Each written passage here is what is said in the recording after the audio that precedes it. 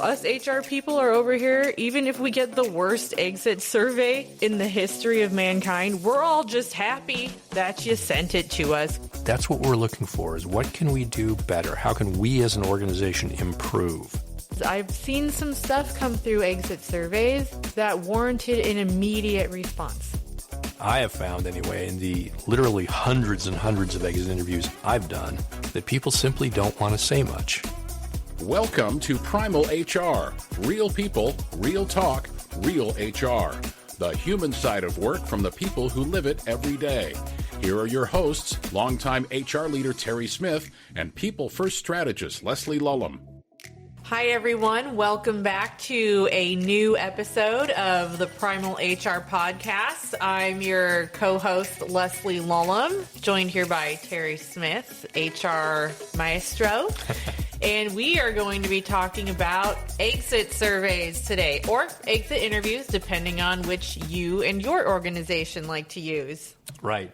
It's an interesting phenomenon. Typically, as most people probably know from the context of the phrase, it is the conversation that you have with the person who's leaving the organization. Typically, last day, something that you kind of do the cleanup, you make sure you check in all the equipment, you make sure that all the stuff that they have is turned in, and their final pay and all that stuff. And it's an opportunity to have a conversation basically now that the individual is technically no longer part of your organization, at least until the end of the day, to where hopefully you can, glean some wisdom from their experience working with you. And it is a completely free-form opportunity. And this is where the mythology kicks in, because I have found, anyway, in the literally hundreds and hundreds of exit interviews I've done, that people simply don't want to say much. And they don't want to say much because they think, number one, and I don't disagree with this aspect, it's kind of like burning a bridge. And we get coached not to do that. Don't burn bridges. Fair enough. The reality of it is you're not burning a bridge. We want to talk to you about what is going well in your organization that you work in, your team, and what can we do better? That's what we're looking for, is what can we do better? How can we as an organization improve?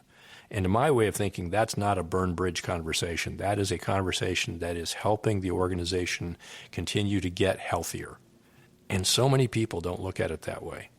And the part that I really find amusing, and I've fallen victim to this myself, is the notion that, well, if I say something bad, what happens if the HR guy walks out of the room and calls my new employer and says what a terrible bunch of things I just said? You know that you've done that. Everybody's done it, right? Everybody's felt that way. And think about that for a second. Isn't that illegal? Slightly, yes. Just going to softball that one out there. But more, yeah, exactly. And to the point, who's really going to do that? We're not going to do that. I mean, come on, people. This is the moment where you say, but I heard that somebody did that once. No, you didn't. It's not a thing. It's not a thing. It's never been a thing. In fact, over here in the HR world, we're just really trying to learn from you. Yeah. We want you to be honest. We want to hear what was good, of course, but most importantly, I want to hear what was bad. Mm-hmm. Now, why do people shy away from these outside of, you're going to reach out to my new boss and tell them that I left your company bad reviews in the exit interview? Okay. Like, irrational fears, we all have them. That's not a thing. It's hard to deliver uncomfortable news. In the HR land, we do that. We do that all the time. It's part of the job. But someone on their way out, let's say they're already leaving a job because they hate it, they're afraid of their manager, what have you, it's going to be a lot harder for them to say this to another human face, no matter how inviting and welcoming and open we are. Hopefully, HR people, we are being kind and empathetic in these conversations. Correct. So what can we do? Well, I've done exit surveys in place of an exit interview. Listen, guys, I'm going to be honest. I, too, have had some truly abominable exit interviews at companies when I wasn't HR. Like, I felt like I was getting patronized by HR. I didn't want to go, if I'm being honest with you. I try and be a different type of HR person. I try and establish rapport with every single person so that they feel comfortable with me. I want you to feel comfortable with me. If I don't know something's broken, I can't go fix it. And you know how you find out about stuff like that? Trust. Trust. And trust is earned. Trust is not given to the one HR person in a 10,000 person company who's managing 500 people, right? I get that. That said, exit surveys have been really great for me and my use cases. They're great because A, you can send them out a little bit before the person wraps up. You can keep them open so they can also submit them after their time is wrapped up. You don't have to cut off access to that. It's just a form. I let them complete them anonymously, which sometimes it's a little bit easier to say what you want to say from behind a keyboard, everyone on the internet.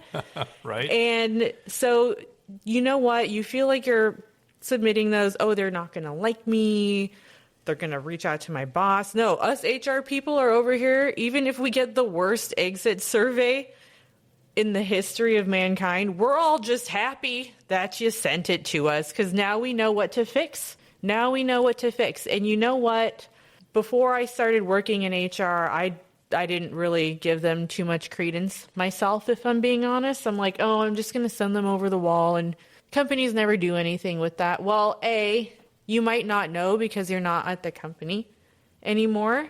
If it was a different team, you might not see what's happening on that specific team. And B, now I know better because I've seen some stuff come through exit surveys that warranted an immediate response. Yes.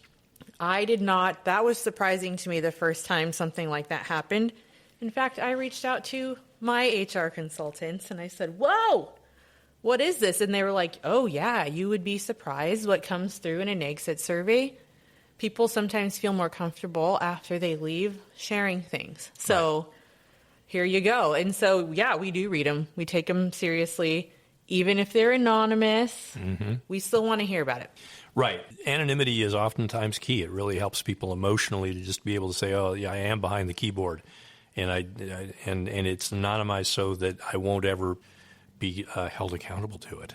But even if you are, that's and that it's really not the purpose is to hold you accountable. It's just we want to understand what's happening in our organization across all of the different teams. That's what it amounts to. One thing that I've had some success with as well, and I started this at a company years and years ago, is sending an exit survey maybe 6 months later, right? Because more often than not, because you may have things that you want to follow up on, for example, W-2s at the end of the year, we like to be able to know how to reach people, right? So we take that information and build follow-up surveys that they can engage many months after they've actually left the organization. That has been surprisingly effective because people feel like they've gotten some distance. They've maybe calmed down a little bit if there was some need to calm down. But that has provided some very, very useful information. And again, it's factual. We're not trying to surmise anything. We're not trying to infer anything. We are listening to what you bring to the table. And that, as I say, I've had some success with that. It's been valuable because of that sense of separation, that sense of we've been away for a while. I feel like I can kind of be a little bit more forthcoming about some of the things I feel. So it's worked. Hindsight is 20/20. True that. And that perspective, I'm going to venture to guess. I've never done these 6 months post. I love that idea. I want to implement that immediately. But sometimes I bet looking back, things that you thought were really bad maybe weren't so bad. But in the other way, maybe something that you were like, it's no big deal, it actually was a big deal. And it gives people another opportunity to say something. So I love that. And I want to transition really quickly because something you and I talked about when we were discussing what do we want to talk about on our podcast was the grass isn't always greener. A wise manager and also Terry have both said to me, think about what's going on when you leave a company. Are you running away from something, or are you running to something? Because the grass isn't always greener. If you're running away from something, it is very likely that you're going to see something similar wherever you land next. But if you're running to something, maybe you'll find the situation has changed a little bit. You know, it's a great observation that how you approach any given scenario is really going to influence how you experience that scenario, right? And if you're departing a company because you're upset about it, you're angry, or whatever it may be, and we know that that happens, then you need to think very seriously about how that is influencing the decision that you make about where you go.